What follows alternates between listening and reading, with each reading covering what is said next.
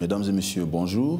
Je suis toujours honoré de pouvoir me retrouver chez vous pour parler avec vous une fois de plus de la parole de Dieu. Nous sommes en train de développer le même thème, c'est-à-dire comment écouter Dieu. Et nous avons déjà parlé de l'esprit de l'air, celui-là qui veille à ce que la bonne information ne parvienne pas jusqu'à nous. Et je crois que certains d'entre vous avaient pris des résolutions par rapport à cela, de telle sorte que vous puissiez, n'est-ce pas, entendre le message que Dieu a pour vous, la parole appropriée pour que vous puissiez, par la grâce de Dieu, avancer. Et comme la Bible nous dit, nous ferons des exploits, nous irons de gloire en gloire et de victoire en victoire. Aujourd'hui, je voudrais qu'on ouvre nos Bibles dans le livre de Luc et nous lirons à partir du chapitre 16. Le chapitre 16, nous allons lire à partir du verset 27. La Bible déclare, le riche dit, « Je te prie donc, Père Abraham, d'envoyer Lazare dans la maison de mon père, car j'ai 5 frères. C'est pour qu'il leur atteste ces choses, afin qu'ils ne viennent pas aussi dans ce lieu de tourment. » Abraham répondit, « Ils ont Moïse et les prophètes, qui les écoutent. » Et il dit, « Non, Père Abraham, mais si quelqu'un d'entre les morts, si quelqu'un des morts va vers eux, ils se repentiront. » Et Abraham lui dit, « S'ils n'écoutent pas Moïse et les prophètes, ils ne se laisseront pas persuader quand même quelqu'un des morts ressusciterait. » Alors, je vous invite également au chapitre 17, à partir du verset 1. Jésus dit à ses disciples, « Il est impossible qu'il n'arrive pas de scandale, mais malheur à celui par qui ils arrivent. » Le verset 2, « Il vaudra mieux pour lui qu'on lui mit à son cou, qu'on mit, autant pour moi, à son cou, une pierre de moulin et qu'on le jeta dans la mer, que s'il scandalisait un de ses petits. » Le verset 3, « Prenez garde à vous-même. Si ton frère a péché, reprends-le. Et s'il se repent, pardonne-lui. » Amen. Alors, Lazare ici, c'était un pauvre qui avait été frappé par des plaies et qui n'avait plus d'abri. Il a donc trouvé refuge à la porte d'une belle et merveilleuse villa appartenant bien sûr à un monsieur riche, pour ne pas dire richissime. Et chaque jour, la Bible nous dit que cet homme menait une brillante et joyeuse vie. Il se vêtait très bien.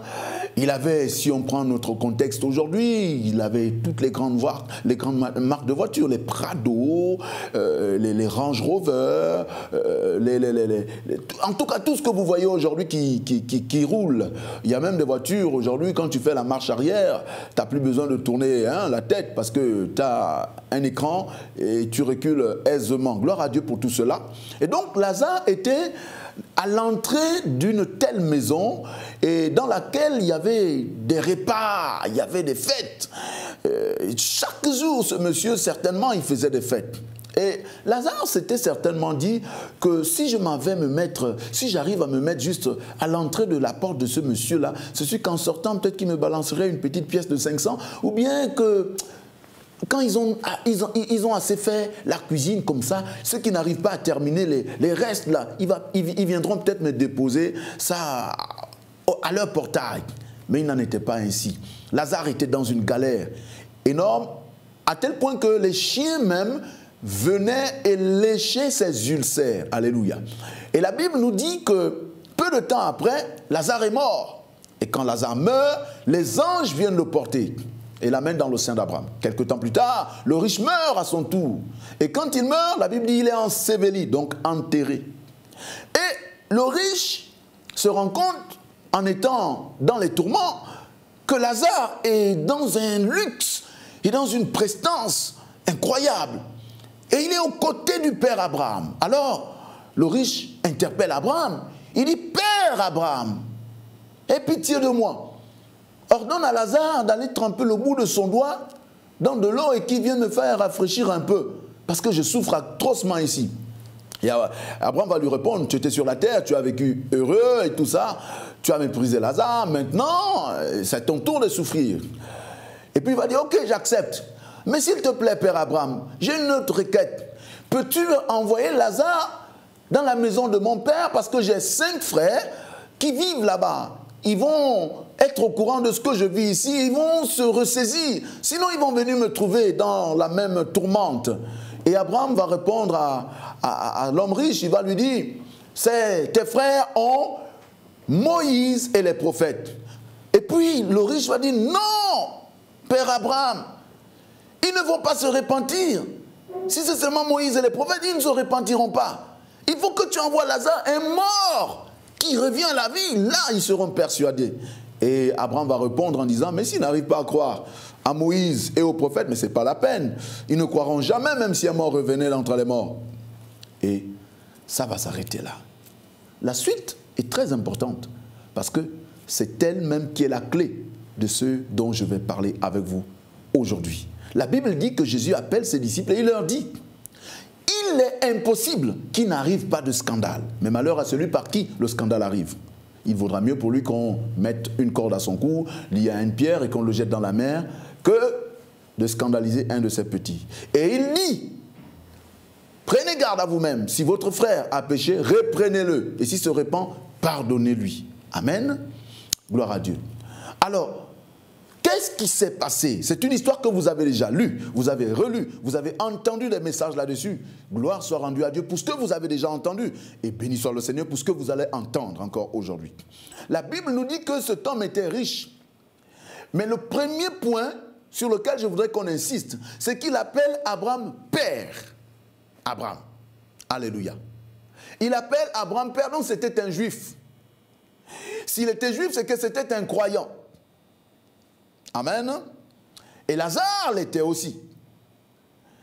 Et cet homme riche a oublié d'exercer l'hospitalité, parce que la loi demandait aux croyants d'exercer l'hospitalité comme de nos jours. Combien de gens, d'hommes, femmes, avaient la grâce d'être dans des conditions aisées et rencontrer des malheureux sans faire un geste? Combien parmi nous passons tout le temps et nous ne faisons rien? Ce n'est pas bon. La Bible appelle ça la vraie religion. Aider le pauvre, le faible, le démuni. Aider l'autre. Alléluia. Alors maintenant Lazare meurt et il se retrouve dans le sein d'Abraham. Il y a la clim splittée et il est très bien vêtu.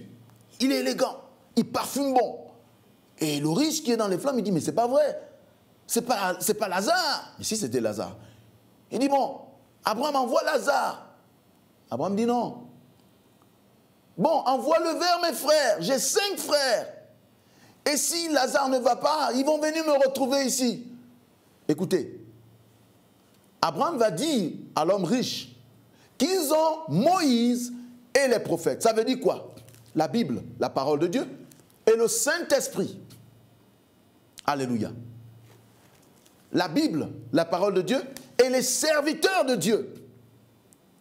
Mais regardez la réaction de l'homme riche. Il dit non, ils ne vont pas croire. Il faut qu'un mort aille vers eux. Pourquoi va-t-il être aussi borné? Pourtant, il était déjà dans les tourments. Il ne pouvait que faire confiance à Abraham et à Lazare. Mais la proposition qu'Abraham lui donne, il la refuse. Pourquoi? Je vais vous le dire. Parce que simplement, de son vivant, il était avec ses frères. Et il était conscient du degré d'incrédulité dans lequel ses frères et lui s'étaient mis. Écoutez bien. Ils avaient résolu de ne plus jamais. Est-ce que vous comprenez? Ils avaient résolu de ne plus jamais aller à la synagogue. Est-ce que vous écoutez ça? Qu'est-ce qui me le dit? La suite, donc le chapitre 17, Jésus parle des scandales. Il dit, c'est impossible qu'il n'arrive pas de scandale. Donc le scandale va arriver. Mais malheur à celui par qui le scandale arrive. Là encore, il faut que je vous explique. Ce n'est pas que celui qui a causé le scandale, malheur à lui. Non, sinon Jésus n'aurait pas dit, si se répand, pardonnez-lui. Non, non, non, non, non. En fait, dans cette histoire, Jésus veut faire comprendre que dans une famille, il y a les problèmes. Même les hommes ont dit, le linge sale se lave en famille. Donc Jésus veut faire comprendre que vous ne pouvez pas être au courant d'un scandale, prendre le scandale et aller l'exposer à l'extérieur. Ce n'est pas normal.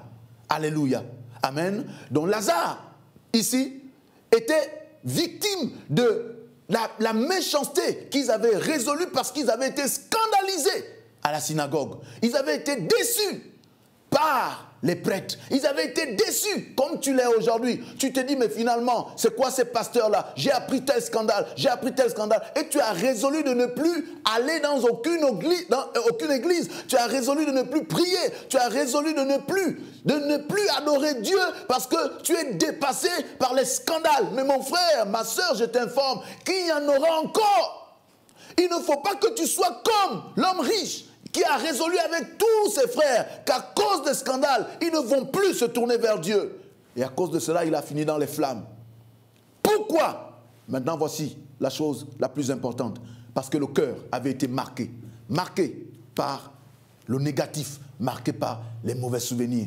Le cœur blessé, le cœur martyrisé t'empêche d'écouter Dieu.